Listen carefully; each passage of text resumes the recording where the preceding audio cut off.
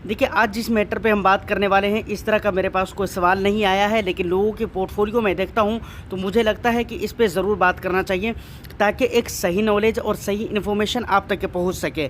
आज हम इस मैटर पे बात करने वाले हैं कि म्यूचुअल फ़ंड पोर्टफोलियो में नंबर ऑफ़ फंड्स अगर ज़्यादा हो जाए, मतलब बहुत सारे फंड्स अगर एक पोर्टफोलियो में ऐड कर लिए जाएँ, तो इससे रिटर्न्स के ऊपर कोई फ़र्क पड़ता भी है या नहीं पड़ता है। डिटेल्स में बात करेंगे, तो वीडियो को लाइक कर दीजिए, शेयर कर दीजिए।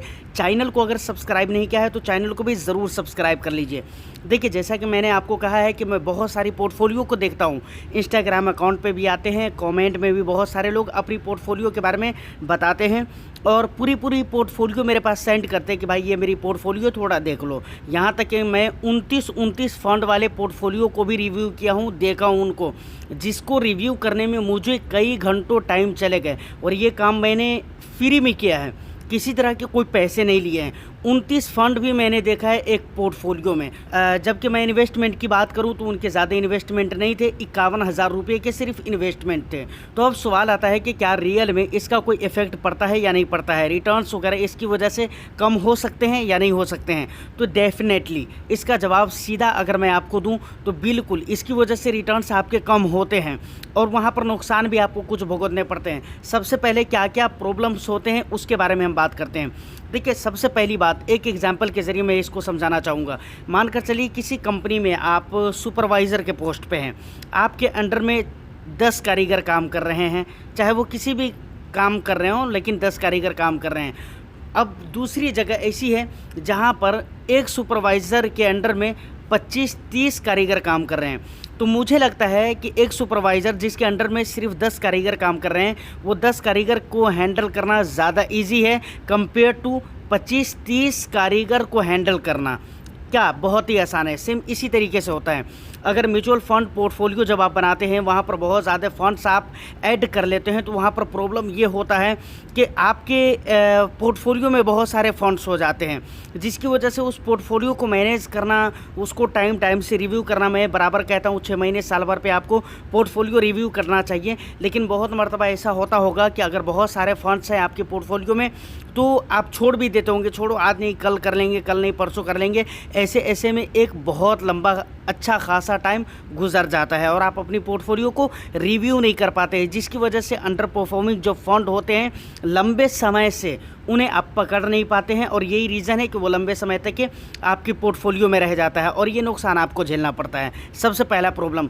दूसरा प्रॉब्लम ये होता है कि कई सारे फंड्स जब आप अपनी पोर्टफोलियो में ऐड कर लेते हैं तो वहाँ पर आप एलोकेशन जो करते हैं, तो आप कितने का एलोकेशन करेंगे। मानकर चलिए अगर आपको 50,000 रुपये का इन्वेस्टमेंट करना है, अगर आप 15 फंड ले लीजिए तो सोच लीजिए कितने हज़ार का आप इन्वेस्टमेंट करेंगे। ये ज़रूरी नहीं कि हर फंड में आप बराबर इन्वेस्टमेंट करेंगे, आप अपनी ज़रूरत के अकॉर्डिंग इन्वेस्टमेंट करेंगे, किसी में कम किसी में ज़्यादा। लेकिन खुलासा तौर पे ये कहा जा सकता है कि बहुत अच्छा खासा एलोकेशन वहाँ पर नहीं हो पाएगा, थोड़ा एलोकेशन हो पाएगा। अब देखिए, बहुत सारे लोग सेक्टरल फंड वगैरह भी ऐड कर लेते हैं। मैं ये कहता हूँ कि सेक्टर फंड वगैरह जो आप ऐड कर लेते हैं, तो ज़्यादातर लोग जो है ना सेक्टरल फंड वगैरह देख लेते हैं जब वो तेज़ी में, जब मार्केट में तेज़ी रहती है या पर्टिकुलर जिस सेक्टर जिस थीम के ऊपर वो फंड काम कर रहा है, इन्वेस्टमेंट कर रहा है, उस सेक्टर में अगर तेज़ी है, उसके रिटर्न्स अच्छे रहते हैं, तो लोग लालच में वहाँ पर इन्वेस्टमेंट कर देते हैं और भी ज़्यादा बढ़ेगा, लेकिन ऐसा होता नहीं है।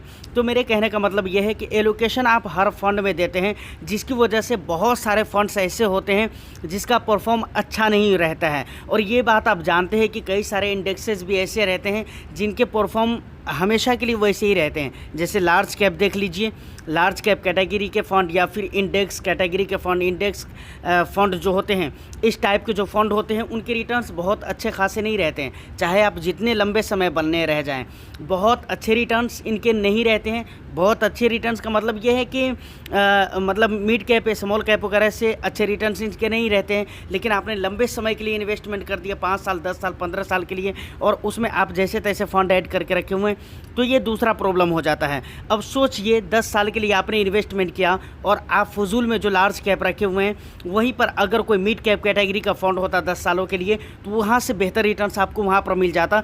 अब एलोकेशन उस फंड में लार्ज कैप में आपने 10 साल तक करके रखा, जितने पैसे का उतने पैसे का एलोकेशन अगर मिड कैप में होता तो बेटर रिजल्ट होता। और इसके बाद सबसे बड़ा प्रॉब्लम जो आता है वो ये आता है कि भाई एक्सपेंस रेशियो। अब सोच कर देखिए, अगर आपने 15 फंड अपने पोर्टफोलियो में रखा हुआ है, हर फंड में अच्छा रिटर्न्स मिले या ना मिले ये इस चीज़ की कोई गारंटी नहीं है, लेकिन आपको ओवरऑल कहा जाए तो डायरेक्टली अगर मैं बोलूँ तो एक्सपेंस आपको उतना देना ही है जितना उस फंड का है। मान कर चलिए कि कोई लार्ज कैप कैटेगरी का फंड है, उसका आपने एक्सपेक्टेड रिटर्न निकाल कर चला कि ठीक है मुझे 12% के रिटर्न्स मिल जाएंगे, 12 से 13% के रिटर्न्स मिल जाएंगे या 10 से 11% के रिटर्न्स मिल जाएंगे। वो रिटर्न्स वहाँ पर मिले या ना मिले इसकी गारंटी नहीं है, लेकिन एक्सपेंस आपके कटेंगे इसकी फुल गारंटी है। अब कुछ लोग यहाँ पर कह सकते हैं कि भाई ये गारंटी, रिटर्न्स की गारंटी तो पूरी इक्विटी मार्केट में नहीं होती। मुझे पता है सर, लेकिन ये तो मैं कह सकता हूँ कि अगर वहाँ पर allocation mid cap small cap में अच्छे खासे हैं तो बेटर रिटर्न्स आपको ज़रूर मिलेंगे। अब एक बात और भी समझने वाली है कि मैं आपको ये नहीं कह रहा हूँ कि अगर आप लार्ज कैप में इन्वेस्टमेंट कर रहे हैं तो उसमें करना ही नहीं चाहिए। मैं ये कह रहा हूँ कि ज़्यादा फंड आपको नहीं रखना चाहिए। ये दूसरा प्रॉब्लम हो जाता है कि एक्सपेंस आपको ज़्यादा लगेंगे। हर फंड में रिटर्न्स अच्छे मिले ना मिले, लेकिन एक्सपेंस आपको हर फंड में देने ही पड़ेंगे। तो ये एक लंबा प्रोसेस हो जाता है जो कि आपके रिटर्न्स को बहुत हद तक के खा जाता है। उसके बाद अगर बहुत सारे फंड्स अपनी पोर्टफोलियो में रखते हैं तो इसका पॉसिबिलिटी बढ़ जाता है कि मल्टीपल फंड्स होंगे जो सेम कैटेगरी के होंगे, मतलब एक ही कैटेगरी को होंगे। स्मॉल कैप जैसे आपने कई सारे ऐड कर लिए, या फिर मिड कैप आपने बहुत सारे ऐड कर लिए, या फिर हो सकता है कि मल्टी कैप, फ्लैक्सी कैप वगैरह कैटेगरी के फंड जो होते हैं वो आपने 3 4 5 करके ऐड कर लिए। ऐसा पॉसिबल है। तो ऐसे कंडीशन में होता क्या है कि वहाँ पर ओवरलैपिंग के भी प्रॉब्लम होते हैं। अब ओवरलैपिंग के ऊपर भी बहुत सारे लोग कहते हैं कि भाई ओवरलैपिंग कुछ काम नहीं करता है। मैंने इससे पहले की भी एक वीडियो में कहा था, ऐसा सोच समझदार और इतने मतलब नंबर ऑफ़ सब्सक्राइबर्स की अगर बात करा जाए तो बहुत अच्छे नंबर ऑफ़ सब्सक्राइबर्स हैं, अच्छे खासे उनकी वीडियोस देखे भी जाते हैं, लेकिन उसके बावजूद भी पता नहीं वो कहाँ किस हिसाब से बात कर रहे थे, मुझे नहीं समझ में आ रहा था कि वो कह रहे थे कि ओवरलैपिंग का कुछ मतलब नहीं होता है। भाई साहब ये बिल्कुल सरासर गलत बात है। ओवरलैपिंग होती है। देखिए अब लार्ज कैप और मिड कैप में ज़्यादा ओवरलैपिंग होती है क्योंकि इसमें जो है ना नंबर ऑफ़ स्टॉक्स बहुत मतलब लिमिट रहते हैं, तो इसलिए यहाँ पर ओवरलैपिंग के प्रॉब्लम बहुत ज़्यादा बड़े रहते हैं। स्मॉल कैप में बहुत सारी कंपनीज़ हैं तो वहाँ पर ओवरलैपिंग के प्रॉब्लम कम रहते हैं थोड़ा। और मैं तो ये कहता हूँ कि कोई 2 फंड स्मॉल कैप कैटेगरी का है, उन दोनों में अगर 30% से ज़्यादा की ओवरलैपिंग है तो आप वहाँ पर एक फंड में ही निवेश करिए, एक में मत निवेश करिए। क्योंकि मतलब इन्वेस्टमेंट आप कर रहे हैं स्मॉल कैप में और स्मॉल कैप में बहुत सारी कंपनीज़ हैं, उसके बावजूद भी ओवरलैपिंग है तो इसका मतलब है कि गलत है भाई।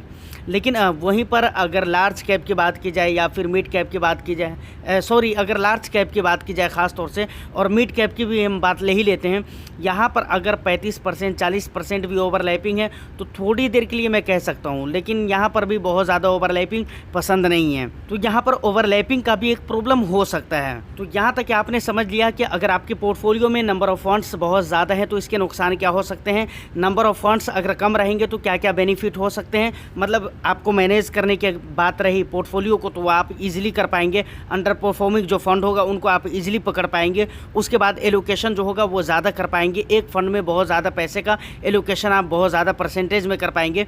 एक कैटेगरी में मल्टीपल फंड लेने की ज़रूरत नहीं है। अब जब रैली आती है किसी इंडेक्स में या किसी सेक्टर में तो वहाँ पर आपको बहुत अच्छा परफॉर्म देखने को मिलेगा, अगर बाय द वे अगर सेक्टरल फंड है तो, समझ रहे कि नहीं। तो अब क्या कर सकते हैं, अब देखिए सेक्टरल फंड के बारे में हम आगे और भी कुछ बात करने वाले हैं। उसके अलावा और भी जो चीज़ें मैं आपको गिनाया हूँ कि ये नुकसान है, उनको आप अलग नज़रिए से देखने की कोशिश कीजिए कि वो सारे फ़ायदे में आपको बदल जाएंगे अगर नंबर ऑफ़ फंड्स कम रहेंगे तो। अब बात आती है कि आखिर अगर ऐसा हो चुका है पहले आपके पोर्टफोलियो में तो इसको सही कैसे किया जा सकता है। देखिए इसके 2 तरीके हैं। सबसे पहला तरीका तो ये है कि किसी एडवाइज़र के पास आप जाएँ, उनको आप फर्स्ट टाइम पे फ़ीस वगैरह देंगे, थोड़ी बहुत जो फ़ीस देनी होगी वो आपको देना पड़ेगा। वो आपकी पोर्टफोलियो को ट्रिम कर देंगे, शॉर्ट कर देंगे। जो ज़रूरत के फंड्स होंगे वो ही आपके पोर्टफोलियो में छोड़ेंगे, बाकी के जो फंड्स होंगे उनको निकाल देंगे।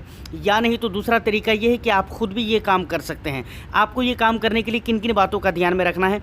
ऐसा नहीं कि जस्ट अभी आपने इस वीडियो को देखा उसके बाद आप फंड निकालने शुरू कर दिए, ऐसा नहीं करना है। बहुत सारी चीज़ों को ध्यान में रखना है। देखिए, सबसे पहली चीज़ ध्यान में तो ये रखना है, सेक्टरल एंड थेमेटिक फंड बगैर ज़रूरत का आप ना रखें। समझ रहे हैं कि नहीं?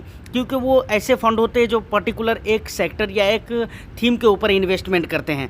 तो ऐसा आप मत कीजिए, मतलब सेक्टरल फंड बगैर ज़रूरत रखने की ज़रूरत नहीं है। दूसरी बात ये है कि आप देखिए, अंडर परफॉर्मिंग जो काफ़ी टाइम से जो फंड है तो वो उसको भी आप निकाल दीजिए। अगर आप देखिए कुछ फंड जो ऐसे हैं जो आपने किसी और के देखा देखी से इन्वेस्टमेंट किया है, या फिर जहाँ पर एलोकेशन कम है, जहाँ पर आपने एलोकेशन कम किया है तो उसके रीज़न क्या है, आपने क्यों वहाँ पर एलोकेशन कम किया है, इसके कुछ रीज़न हो सकते हैं। सबसे पहला रीज़न कि आपने किसी को देखने के बाद उस फंड में इन्वेस्टमेंट किया है, उनको आप देखने की कोशिश कीजिए। अगर आपको लगता है कि कभी तेज़ी इसमें आई थी, उसकी वजह से हमने इन्वेस्टमेंट कर दिया था थोड़ा बहुत का, तो उस फंड को भी साइड कर दीजिए। उसके बाद सेम कैटेगरी के अगर मल्टीपल फंड्स हैं तो उनके बीच में आपको ओवरलैपिंग भी चेक करना है। और जैसा कि मैंने आपको बताया है, स्मॉल कैप में अगर 30% से ज़्यादा ओवरलैपिंग है तो बिल्कुल जिन जिन फंड को आपको निकालना है निकाल दीजिए। एक या दो ही फंड आपको रखिए, दो भी रखने की ज़रूरत नहीं है। कोई दूसरा स्मॉल कैप आप देख सकते हैं, और बहुत ज़्यादा मल्टीपल फंड भी ऐड करने की ज़रूरत नहीं है सेम कैटेगरी के। प्लस एक दो बात का और भी ख्याल रखना है, फ़ंड को जिस टाइम आप रिमूव करेंगे तो वहाँ पर गौर आपको करना है कि कोई ऐसा फ़ंड है जहाँ पर आपने कुछ ही टाइम पहले इन्वेस्टमेंट किया था, मतलब अभी उनके 1 ईयर कंप्लीट नहीं हुए।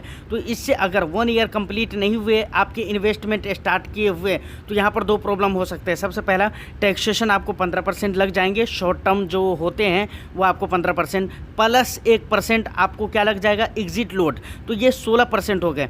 मालूम वहाँ पर पड़ेगा कि जितना ज़्यादा फ़ायदा नहीं हुआ उतना ज़्यादा नुकसान हो गया।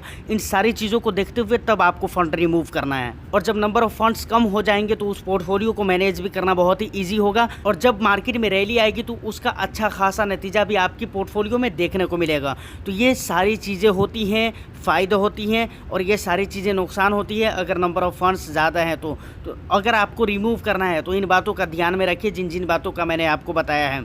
तो उम्मीद करता हूँ कि वीडियो आपको अच्छी लगी हो। वीडियो अगर अच्छी लगी है तो एक लाइक कर दीजिए, शेयर कर दीजिए। चैनल को सब्सक्राइब नहीं किया तो चैनल को भी ज़रूर सब्सक्राइब कर लें। मैं फिर मिलता हूँ किसी नेक्स्ट वीडियो में, जब तक रहिए all the best. Thank you for watching. और लास्ट में एक बात कहना चाहूँगा कि कोई भी किसी तरह की कोई बात करनी हो, कुछ भी पूछना हो, तो आप हमें इंस्टाग्राम पर मैसेज कर सकते हैं, लिंक डिस्क्रिप्शन में मिल जाएगा।